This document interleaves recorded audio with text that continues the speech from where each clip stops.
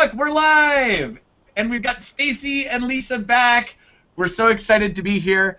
And so I know there was just a ton of value that you just got on learning about their journey into success and how they've used the media. But really, at this point, we're into open forum where you can ask any question you want about how they've built their business and how they get their message out into the world. Now, especially one of the things that I'm interested in is I am interested in a little bit more about the referrals than I am about how they manage their media. Because I know that the media probably does get you some business, but I think that most of your business probably comes through referral generation. So would it be okay if I totally threw a curveball here and just asked a little bit about how you get referrals into your business? I'm on. Go. Ready? You want some wisdom? Are you ready? I am totally ready to hear some wisdom. You do it, and you ask them to tell a friend. What? No, but more is that you give them an incentive to pass the information on. You give them a kickback or a free gift, or we all know this. It works. It's kind of that gamification of life, right? And so if you're like, ooh, I get something free if I tell somebody, well, it's easy for me to tell somebody.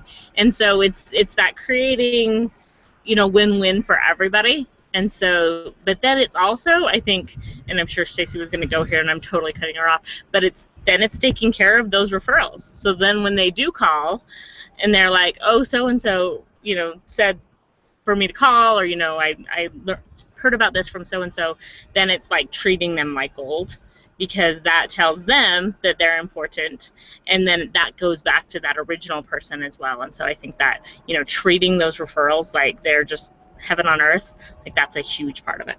It's true. And really, it's if they've enjoyed themselves at my class, which of course they have, that is my intention. You're awesome. And so they want to share it. And so I'm like, hey, how about I give you something for sharing it too? A bonus. Yeah. Nice. What point? So you teach your classes. So you've got a class that's what, the one that I went to seemed like it was about 3 hours. I wasn't actually counting. And at what point do you ask for referrals during the class?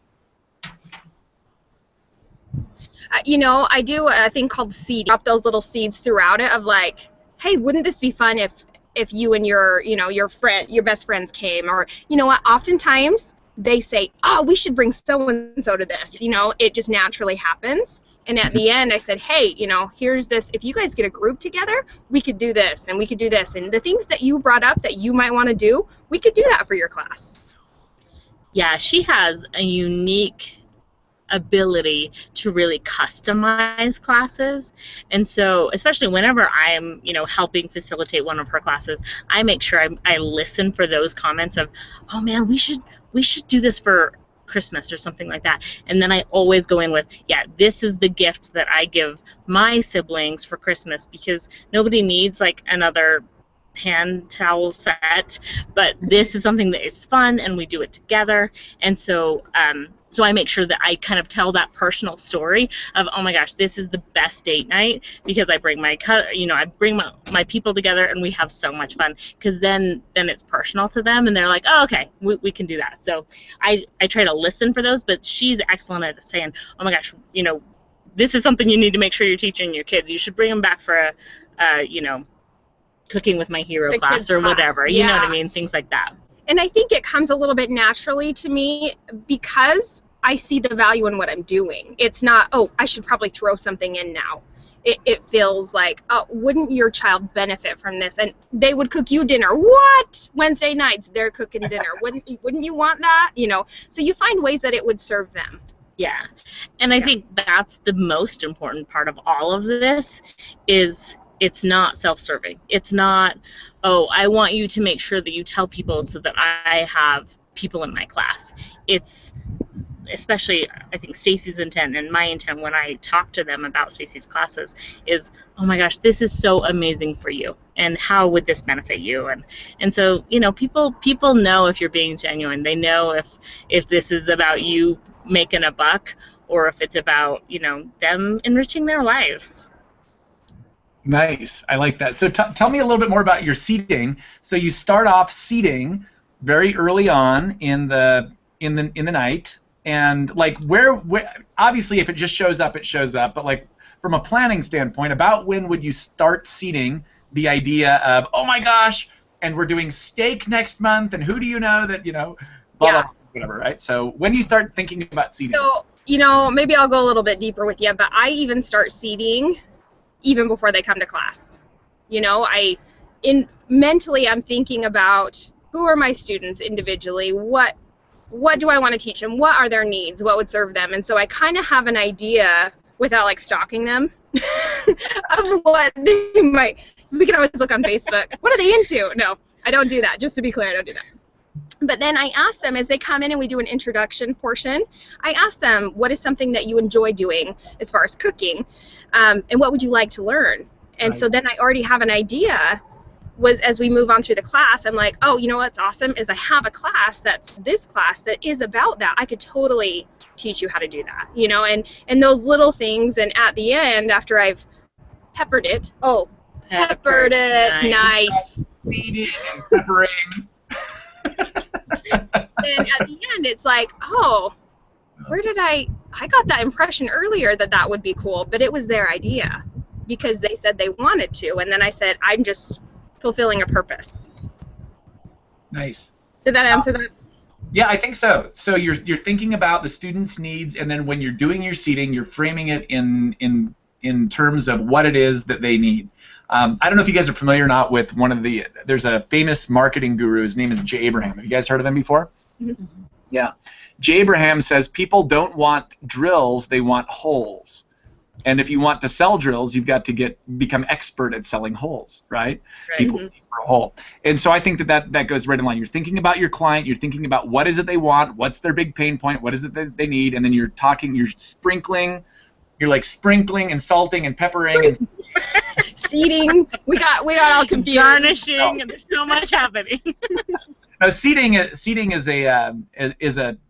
actually, I don't know if you know this or not, but seating is a hypnotic technique, and that's where that language originally comes from. Ooh. Tell me more. Tell you more about that. Yeah, that's my expertise. But seating is something that Milton Erickson talked about. It's one of his language patterns for influence, and he would help clients get change by seeding ideas of change inside of stories that he told. So he'd tell stories, and he'd sprinkle he'd salt and pepper the ideas all along the way, and that would pave the path for then when he came to do the change work that he was doing to actually help him get the change. And so it works in hypnosis, and it evidently works in presentations. So super, super cool, and I love that. It's creating a culture of referrals. So now also I noticed after I attended your class, and again, if you guys have questions for Stacy and Lisa, now is the time to cash in and to pick their brain, anything that you want to know. And remember, someone does not have to be in your industry. They don't have to be exactly in your same business to be able to take the best kind of ideas. You can take the best of what Stacy's doing, the best of what Lisa's doing, tap into their depth of knowledge, and really figure out how can I apply that in the industry that I'm in. But one of the other things that was interesting to me is that you have, right at the end of the class, you teach a class, and then right at the end of the class, you have a form that you give out to people where they can evaluate what it is that you've done, what did you like best, what would you like to see again, and then you also ask about other topics. Can you tell me a little bit about what you're doing with that form and how you use that to create content, meaning new classes, or if we have an online marketer, that might be something you could use to create more blog posts, videos, or whatever you're doing. But how do you use that to create content, and also how do you use that to come up with ideas on how you can better serve your audience? Well, let me tell you something a little bit about the psychology behind that form, is that it is a questionnaire, because as soon as you're done with something, you're kind of like, it's over. Was that worth it? Like, was that worth the time and the money? That's what our brains do automatically, right? So in that questionnaire, I'm looking for feedback. And at the beginning, I have, oh my gosh, thank you so much for being here and being part of my dream. And so it's a gratitude. So they know that I appreciate them. If I haven't said it verbally, I mean, I have, but you know what I mean. So there's another form of gratitude. And then I asked them, did you find this class valuable? It's right on there. Do you remember that question? Did you find it valuable? Yeah, because I want them to answer truthfully, but usually they're rarely going to be like, no. I've never had a no. Even if they may be thinking that, they've committed a yes, that their time was made valuable. So I like that. I ask several questions. What was your favorite dish? What did you enjoy most? What would you like to do in the future? And I've had all kinds of things, because we get one way of this is what we can see, this is what we would teach. But I am so like, you tell me what you want to learn and I'll go learn it to teach it to you. You know, I'm still open to learning. I love to learn. So when people bring up subjects, I'm like, yeah, something new. This is awesome. And a lot of times people they just want someone to show them how to do it, you know? Yeah, and I think there's value in that ability to let them sort of feel like they have control over that, you know, because when they customize it, they feel more committed, right? Because you're not learning what she chose for you to learn, you're learning what you chose. And so I think that's the huge like value in those customized classes, because people are like, and nobody ever says that the time wasn't valuable, because like a class with Stacy it's a riot and you learn so much, and you know what I mean, but all of that, and people leave like on a high of like, oh my gosh, I can cook, I can do this was fun. And so I think there is that ability to like she said, kind of once you commit to it. And then also, she asks for a testimonial of, hey, are you willing to write something? And I think that, again, that's a really good way to have people give feedback that, and she says, hey, I want to know if there's anything you change. And certainly there have been little things of, hey, can't think of any right now, but little things of, we want that one person to not be in it next time. Right. Never Stacy. But, things like that where I think that people want to know that their information is valuable. And they're heard. And we so want to it be gives heard. them a chance to do that. Yeah. And so, yeah, I think that there's huge value in that. And then, again, of course, she has like gone back and said, oh, now I have this class because you mentioned it and now I have it. And so I think there's been an evolution of her classes, because now you have how many? 15? Mm-hmm. 15 different classes when you started with Two. One really, right? Yeah. When you start anything, you have one. So yeah, so it's been a pretty amazing evolution. A lot of that has just been from feedback and things that people want to learn. And not asking yes and no questions on your testimonial. Yeah. That is key, and that's something Lisa taught me. Yeah. When you ask yes and no questions in life, you get yes and no answers, and that's rarely what we actually want. So, that ability to ask open questions and then be open to what the answers are, I think is hugely important, because you find out so much more. Right. Yeah, very, very interesting. So the forum has been a big part in developing your 15 classes, or how do you come up with ideas for content? I get inspiration really all times, but really in the morning. Like that, I don't know if you have a specific time. If you find when you're creating, there's a certain time, and mine is in the morning. It's still dark. There's stars outside. I go for a walk. I get music, and sometimes I just go sit down after and have a pad of paper, and it just comes. Sometimes at 3 a.m. A lot of times at 3 a.m. I'm like, why am I thinking about this? But I just am, instead of pushing it away, now I'm open to it. I was like, that's when good stuff comes. Right. And really just, I think letting a lot in when you're seeking learning, you're learning new things, and you're like, oh, that would be cool. I could do a different experience on that. Well, and back to what you said, kind of the feedback from people. I think oftentimes we can get kind of hung up in, if it's somebody else's idea, then I'm not going to do it, right? It's not my idea. If it didn't come directly into my brain through inspiration, then it's not for me. And I think Stacy's done a really good job of being open to that in, oh, you want to learn about spices. Okay, well, let's create a class. There's certainly been other things where like people are like, oh, teach this class. And she's like, no, thank you. And that's okay too. But I think being able to discern between those ideas that will work for you and those ideas that maybe just aren't for you, and that's okay. But I think if the answer is an automatic no when it's somebody else's idea, then you're probably doing yourself a disservice. Especially if you're like, ooh, I'm not good at that already. Right. There's something there for you. Yeah. It might become your favorite thing. Yeah. What? What's the thing that was most intimidating for you in terms of content, right? So we're talking about developing an expertise, but the most intimidating thing that someone proposed to you that you were like, heck no, I'm not doing that, and then you came back around and that's become part of your repertoire. Really, I was very intimidated by meat, how to cook meat. And then I did an audio CD on it because I'm like, I got to figure out some answers here, right. You know, of it's challenging, and I find that is a common thing that people don't know what to do, so then they don't do it, you know, and so finding out how to cook meat and do it very well was something that I took a hold of, but I was scared of it, you know.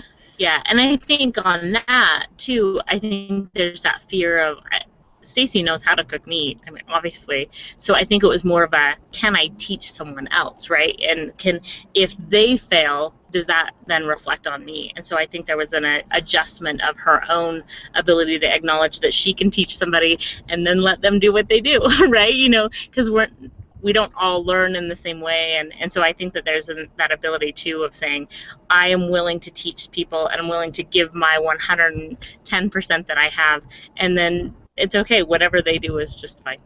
I wasn't actually very good at it. But she is now. I am now. I did research, I did work, I was willing to fail, and I went to work, you know. Yeah. Well, this brings me back to another question about goal setting, and just a reminder again, if you have any questions, make sure you put them in the chat, and Tara's monitoring the chat, and she'll pull them out for us. But and we'd love to have your questions. But Stacy, I know that you are a goal getter, and I know that you set goals and you get goals, and like when you have a goal on your brain, there's not a lot of time that passes between the time that you start actively working on it. But a lot of people get really tripped up. And I want to know a little bit about your goal-setting secrets and about what you do, not only to set goals, but what do you do when you run up against roadblocks?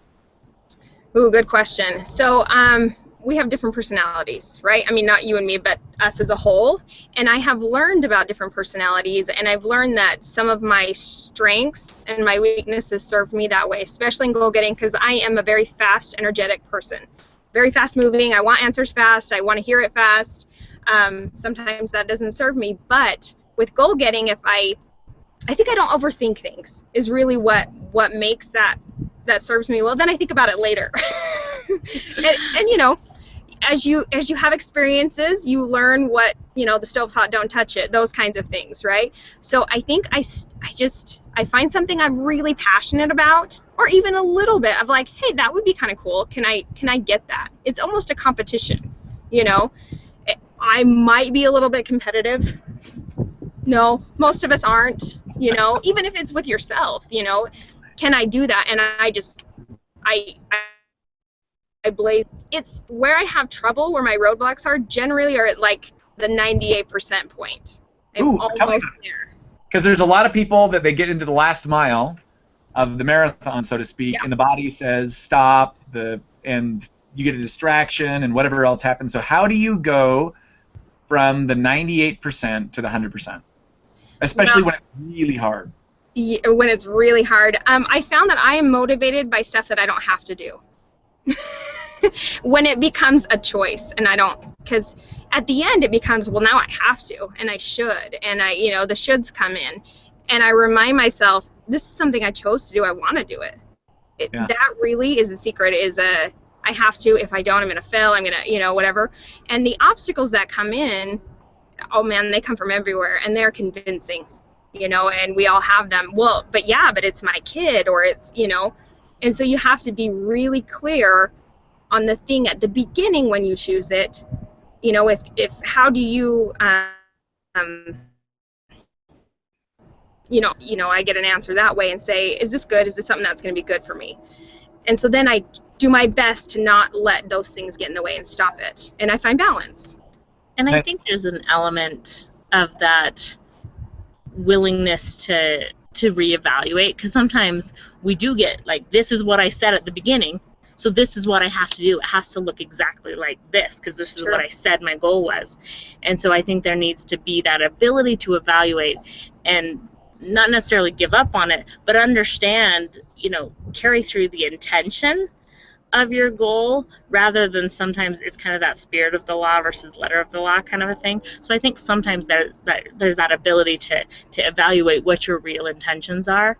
And then also I think something that Stacy is amazing at, and sometimes as her number two is complicated sometimes, is she does not take no for an answer. Like, no is not even an option for her. When you say, oh, that it doesn't work that way, she's like, why not? And I'm like, okay, well, you sound like my 3-year-old, as that's not how the world works. Well, why not? Well, I don't know. And so then I'm like, well, fine, I'll figure it out, and we figure it out. But Stacey's really good at that, and not taking no for an answer. And there's other personalities that do need that ability to be like, okay, well, let me analyze it for a minute, and then I can find my way through. The thing is you're not wrong. However, whatever your process is not wrong. Stacey's isn't perfect. Mine is not perfect. But the ability to get to that 100% mark makes it okay. And so I think sometimes we look at someone like Stacy or someone like you and say, well, I'm not like them, so I can't do it. Right? And we use that as our excuse. You know, well, I'm not like them. I mean, I'm just not like them. And so that ability to own ourselves and be like, this is how I get it done, and man, I'm going to get it done. And so I think there's that need to acknowledge yourself, acknowledge whatever that you need to feel or be okay with, and understand that the underlying intent of the goal. Nice. Well, with what I want to ask about, rather than talking general, what was the last major obstacle that you ran into, and how did you get through it? Major obstacle. Did you see that? Both of us took this huge deep breath. My hair wouldn't stand up right today. What's that about? Gosh, tell me, what's my major obstacle? Well, think about your last major goal that you achieved. Let's put one that's already been done. I have so many. Okay, so the last thing I decided to do was to go back to school.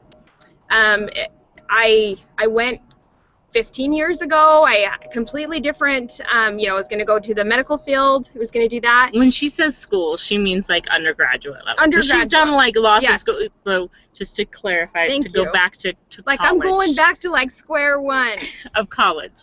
Because I'm progressing, and I'm like, do I want to go back and fix something to repair?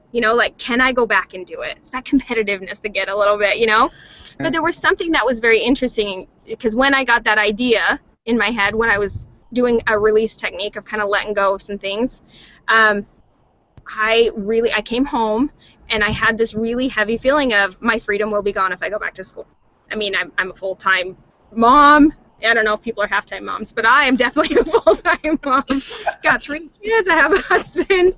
Run my own business, and I'm like, when am I going to have time for this? And so all of a sudden I had this heavy feeling, but it was also intriguing enough that I'm like, I've learned that a bad feeling doesn't mean it's wrong. There's something to look at there. And so that was my big thing, and I went to my first class last night, and it was fantastic. Woohoo! I loved it, and I'm I'm super excited to learn, and I know it will only serve me in whatever I'm doing. It's great. And I see that my kids are watching me, and they're like, hey, mom's going to school. I can do that too, So I'm sure there's tons of reasons why that's going to be a great thing, and there's going to be hard times, and I'm going to get to 98%. Finals week, maybe? Finals week. And I'll push through, yeah. Now, where was the obstacle for you? The obstacle was in the feeling of I'm going to lose my freedom. Some people, when they come up against these mind walls, huge mind wall. They stop. So you got this big mind wall that says you're going to lose your freedom. Was it just the thought, this is exciting, I found a mind wall, or what was the process that you used to get through that? Well, I think because I've taken on goals really fast in the past 2 years, I've started to see patterns. And I'll even write down some of the common things that come up. And they're almost boring now. Oh, you're going to be a bad mom. You're not going to have enough money. All of those things. It's really throw something new at me. But no, don't. No. She's like, why would you say that? It's not true. Those are still really, really big challenges. Who wants to be a failure in anything? And so those are, I go to the question of, will this deplete me or will this enhance me? And that's how I get through those walls. And if you answer yes, it will enhance me, then you just I just go, yeah. Get out of my way. Yeah. Nice. And for me too, it's more of a, is this what I'm here for? Like, you know what I mean? Like, is this part of my purpose? And if it is, then I get to make it work.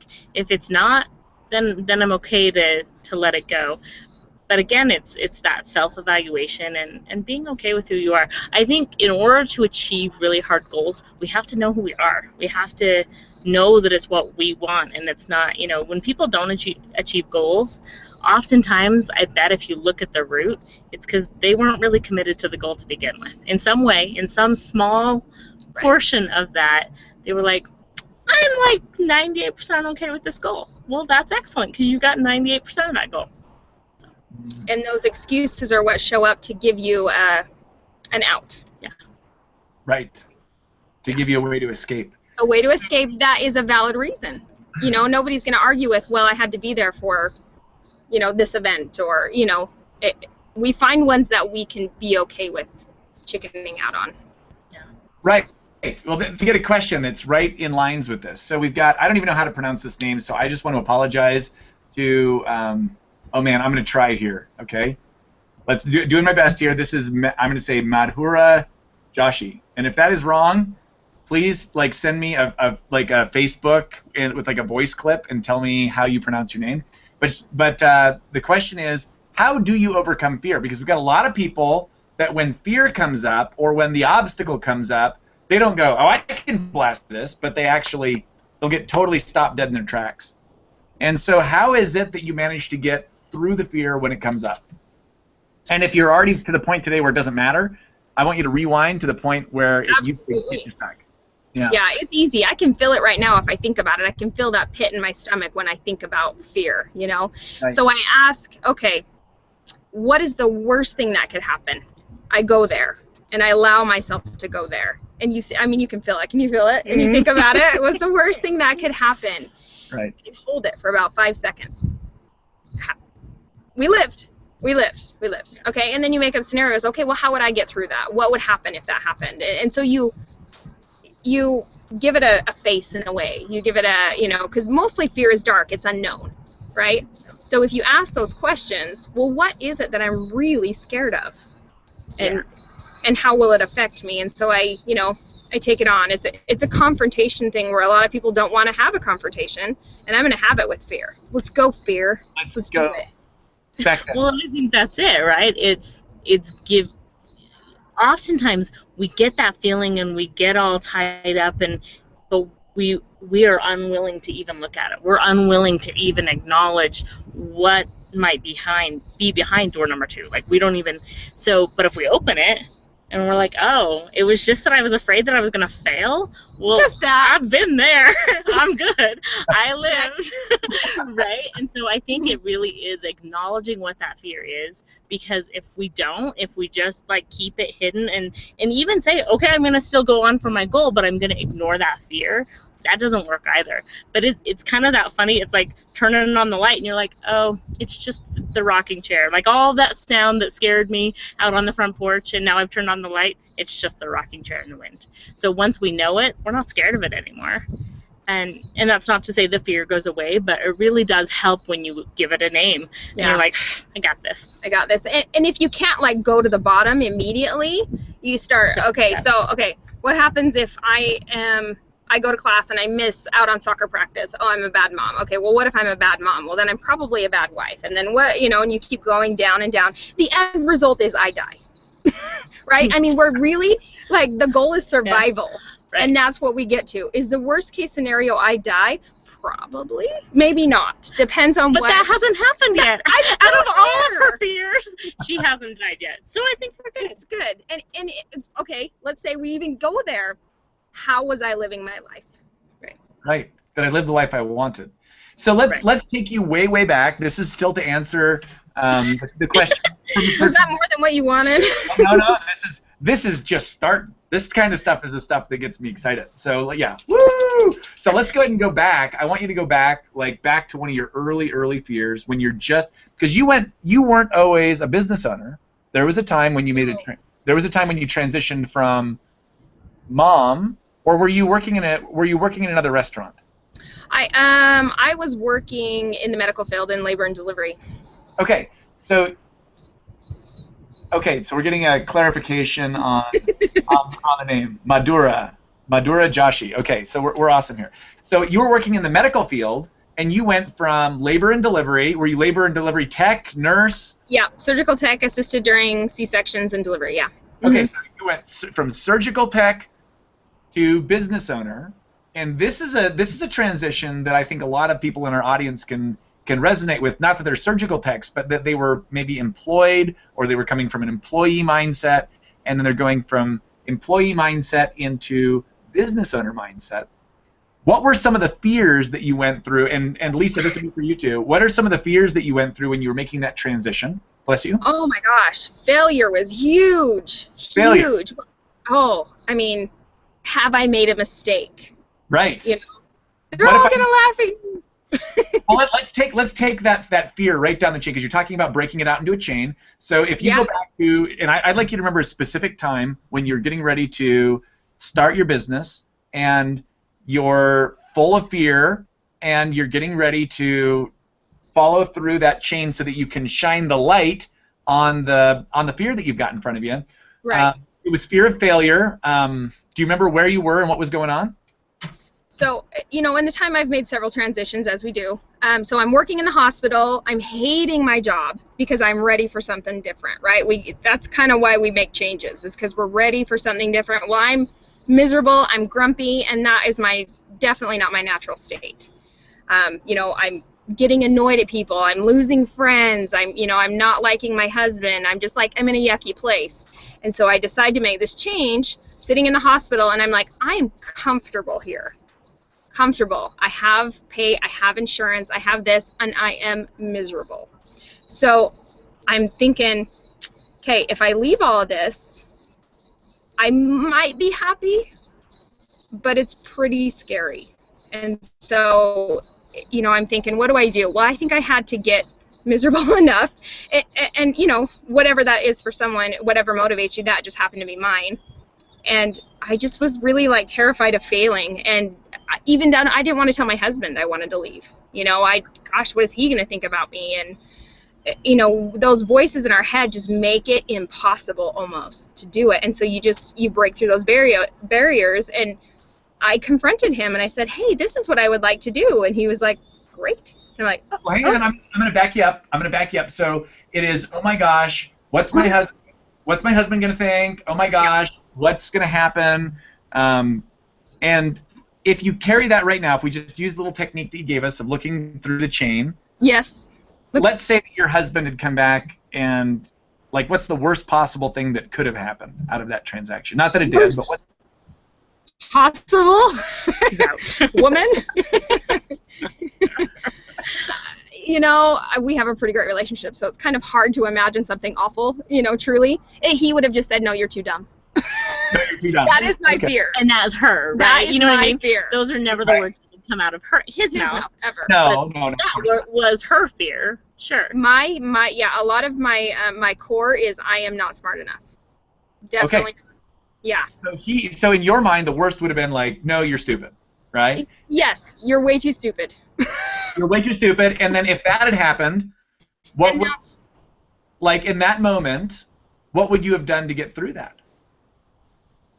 Okay, so he says I'm stupid, and I'll be like, truth. But I can change it. That's what I would say. I think I've learned a technique, and I'm glad you brought me here, is to say 3 things that are true about a statement and 3 things that are false about a statement that somebody has said to you. Okay. So you would have run through the 3 techniques that are true and 3 techniques that are false, worked through it, and then made your decision from there. What about a fear of failure? So, like, you're getting ready to launch your business, you're getting ready to go out and to do your first presentations, or you're putting your first content out into the world, and I know there had to have been fears. Yeah. Right. Had to have been fears when you were doing that. What were some of the fears that were coming up as you were actually putting out your heart, essentially, your business, out into the world? That people would not find value in it. Right. That people would. That is, yeah. So let's rewind you again. There you are starting your business, and you're getting ready to put your first content out into the world. Whatever that was. Was that, I don't know if that was presentations or a class or... It was an open house to launch the business. Yeah. It was an open house to launch the business. And did you give some sort of presentation there, or were you like... Yep. Yeah, demonstrations and then class signups. Yeah. Okay, so you did some demonstrations and then class signups. So you're putting out your first content, and the fear is, what if... The fear is no one's going to show up. No one's going to show up. Right? We've spent all this money. Mm-hmm. We've prepared. We're wasting. Right? That's yours. Waste, right? Well, it's a money thing for me. Yeah. You know, it's okay. So we do a business generally to make money, right? That's the idea. Well, if I'm putting it out, it should come back. Well, so I'm going to put it all out, and then nothing's going to happen. And for her, it's time. Like, I don't want to waste my time. That's what I was Got it. Because for Stacey, like, time is money, right? But we have values that are different, right? Right. So I want to play. And work hasn't always been play. Yeah. And it was work at the time because I was terrible. It's fun. And so it's not as a hard line. Yeah. Yeah. We're so off again, track again. No, but we're good. We're coming back to the fear.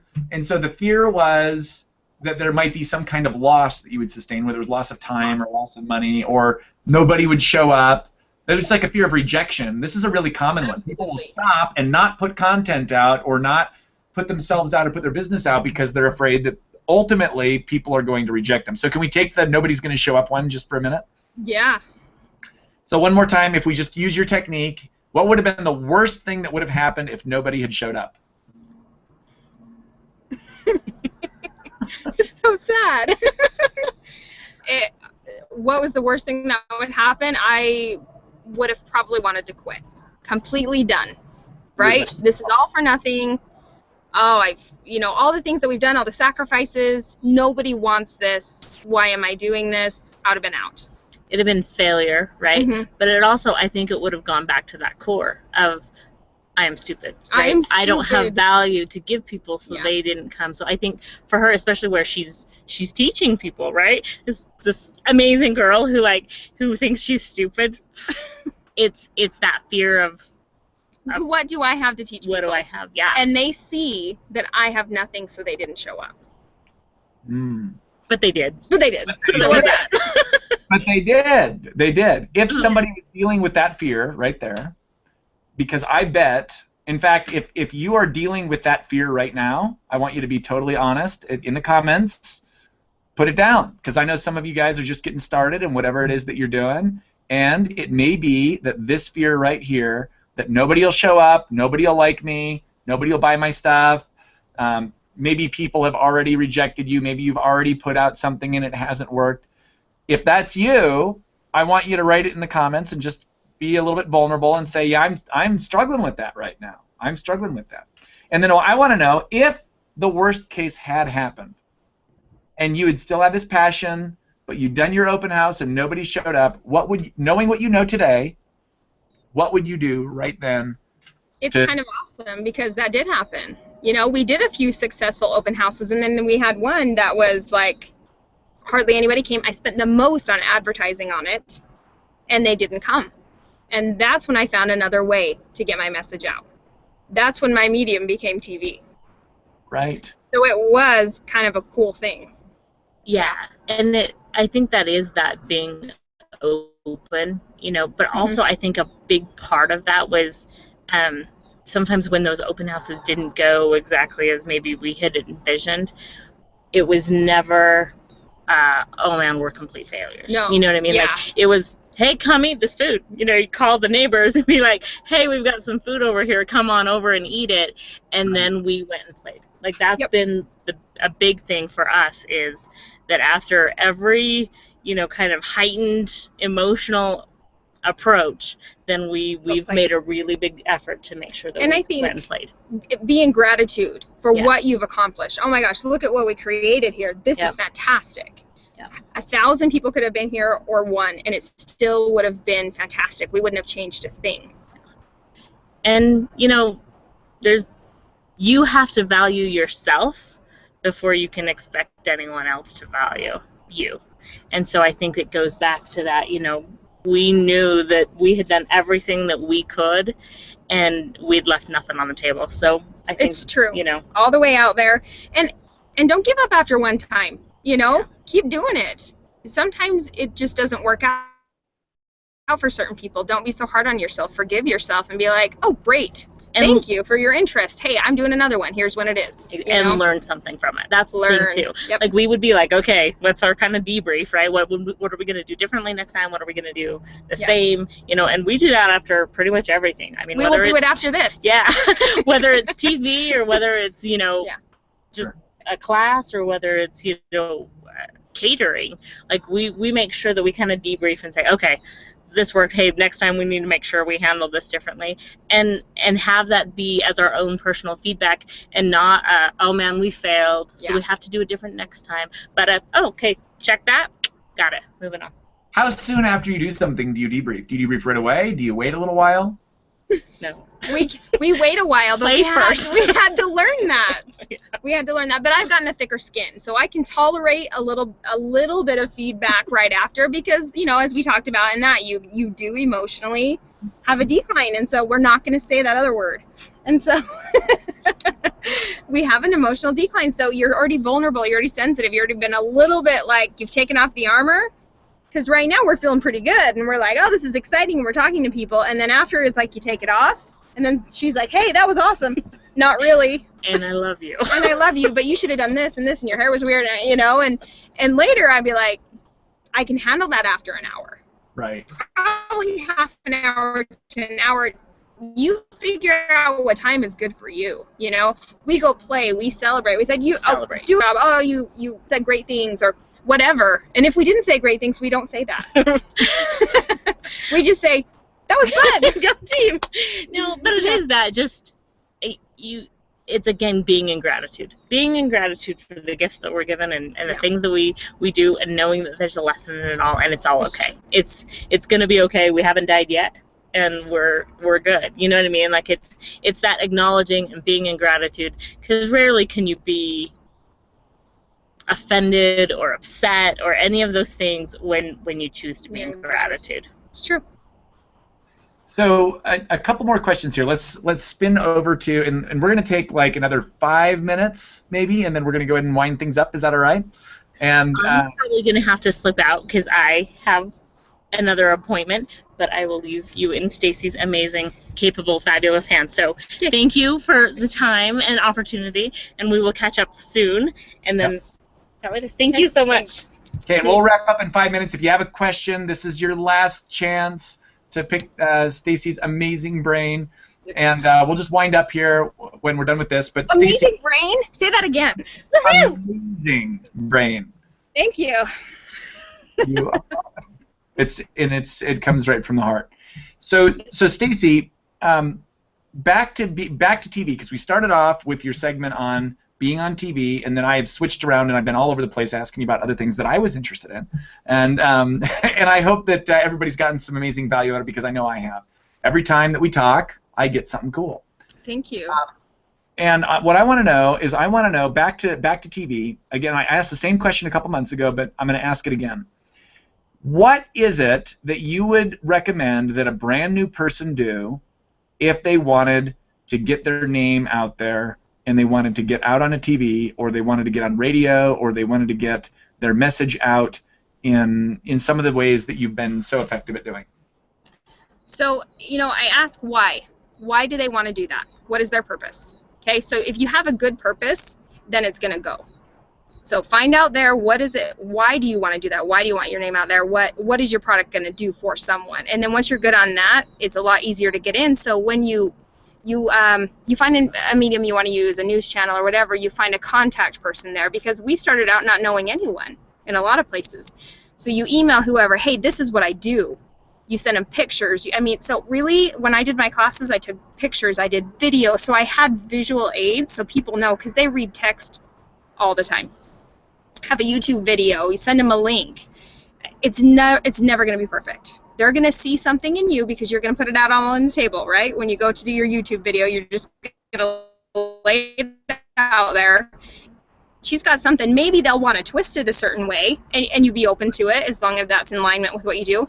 Find a contact that you, because a lot of times news, they're looking for something different. You know, those lifestyle shows, they want something new and fresh, and if it's you and it's yours and you've owned it, you're going to be ready and they're going to be ready for it.